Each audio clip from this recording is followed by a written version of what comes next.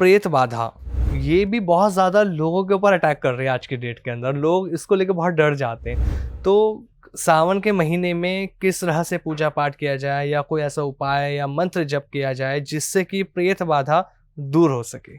अगर श्रावण मास में हम भगवान शंकर के ऊपर धतूरा चढ़ाते हैं, अक्षत चढ़ाते हैं और बढ़िया उनका संकीर्तन करते हैं, या अभी आपने स्तुति के बारे में पूछा, कोई भी स्तुति आप उनकी करते हैं, नहीं कर पाते तो शिव शिव का या ओम नमः शिवाय का कीर्तन आप करते हैं तो वे प्रसन्न रहते हैं। नित्य की पूजा की विधि मैंने अभी बताई घर में कैसी करनी चाहिए। तो ये सब चीजें अगर करते हैं तो प्रेत बाधा अपने आप आपको परेशान नहीं करती। क्यों? क्योंकि भूत और प्रेत हमेशा भगवान शंकर के संग रहते हैं। बारात जब गई थी शिव जी की तो भूतों और प्रेतों की बारात ही बाबा भोलेनाथ लेकर गए थे। जी। तो वो अगर ऑर्डर कर देंगे कि इसकी ओर नहीं देखना है, इसको नहीं परेशान करना है, तो किसी भूत प्रेत की सामर्थ्य नहीं है कि वो आपकी ओर देख सके। तो श्रावण मास में हो सके तो पूरे श्रावण अगर प्रेत बाधा से परेशान है तो पूरे श्रावण आप व्रत रखिए। अच्छा। और पूरे श्रावण पादुका यानी चप्पल जूते ना पहनिए जी। कहीं इधर उधर उल्टी सीधी जगह नहीं जाइए, क्योंकि और आप कहेंगे अब 1 महीने नहीं जाएंगे तो कैसे काम चलेगा? जी बिल्कुल। 1 महीने व्यक्ति हॉस्पिटल में एडमिट हो जाता है तब भी काम चलता है। सही बात है। कई महीने कोविड में हम लोग घर में बंद थे तब भी काम चल रहा था। बिल्कुल। तो इतनी बड़ी बाधा से अगर बचना है तो 1 महीने आपको घर में ही रहना है। कोई ऐसा संकल्प नहीं है कि हिमालय में जाकर करना है। तो 1 महीने व्रत रहें, निरंतर नाम जप करें, भगवान का पूजन करें, चप्पल जूते आदि ना पहने। निश्चित ही भोलेनाथ अगर प्रसन्न हो गए तो किसी भी प्रकार की प्रेत बाधा आपके शरीर में या घर में परिवार में किसी को भी परेशान नहीं कर सकती। माउंट एवरेस्ट कैलाश पर्वत से बड़ा है, वहाँ पर लोग जा चुके हैं, चढ़ चुके हैं, लेकिन बहुत सारी कोशिशों के बावजूद भी कोई कैलाश तक नहीं चढ़ पाया। क्या कारण है? क्या भगवान नहीं चाहते कि वहाँ कोई आए, या ये भी कहते हैं वहाँ एक दूसरी दुनिया भी है?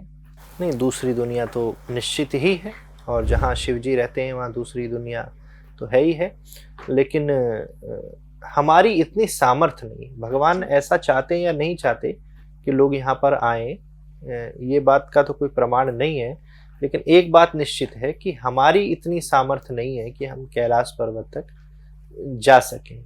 भगवान जहाँ हमेशा रहते हैं वहाँ हम 1 मिनट के लिए भी नहीं जा सकते, ये हमारी सामर्थ्य नहीं है। महाराज श्री, अब मैं आपसे एक प्रश्न ऐसा पूछना चाहती हूँ जो मुझे लगता है बहुत सारे दर्शकों के मन में भी होगा जी।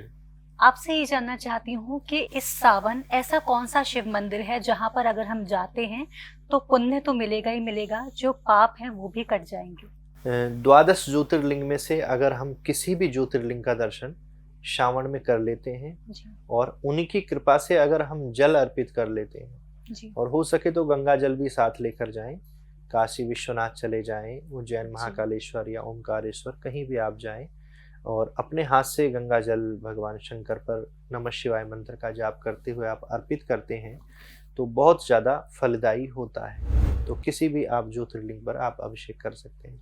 महाराज श्री, काशी विश्वनाथ मंदिर की आप बात कर रहे हैं, वाराणसी शहर है, वहीं पर मणिकर्णिका घाट है जहाँ पर बहुत ज़्यादा शवों का दाह संस्कार किया जाता है। एक जगह बैठे हैं भोलेनाथ, सब एनर्जीज जो पॉजिटिव एनर्जीज हैं उनके रखवाले, और हम सबकी सेवा नहीं कहूँगी, रक्षा करने वाले। अब इसके साथ में अगर हम बात करें उस घाट की, तो उसकी एनर्जी बड़ी नेगेटिव बताई जाती है, वहां पर जाने से मना किया जाता है, लेकिन अघोरी जो बाबा होते हैं वो शिव जी को पूजते हैं। तो इस तरह से चीजें किस तरह से घूम रही हैं, थोड़ा ऐसे समझाइए। कहने का तात्पर्य है कि जाने के लिए तो इसलिए मना किया जाता है कि एक शमशान या जहाँ पर भी ऐसा संस्कार होता है वो स्थान अपवित्र माना जाता है। अगर हम वैसे भी नेचुरली कभी शमशान में जाएं तो आकर स्नान करना पड़ता है जी। और मुख्य तौर पर व्यक्ति वहाँ गंगा स्नान करने और भगवान शिव का दर्शन, विश्वनाथ जी का दर्शन करने जाता है, इसलिए उस स्थान पर जाने से हमें बचना चाहिए। लेकिन जब हम नदी में विचरण करते हैं तब तो मणिकर्णिका घाट का हमें दर्शन होता ही है जी। तो ऐसा कोई दोष नहीं लगता। और रही बात नेगेटिव एनर्जी की, तो काशी में मरने वाला जो मच्छर है वह भी मुक्त हो जाता है, और जिसका अंतिम संस्कार उस स्थान पर हो रहा है उसे शिवलोक की प्राप्ति होती है। तो ऐसा कुछ नहीं है। और भगवान शंकर तो वैसे भी शमशान के ही स्वामी हैं। शमशान की राख ही उनके शरीर पर लगाई जाती है।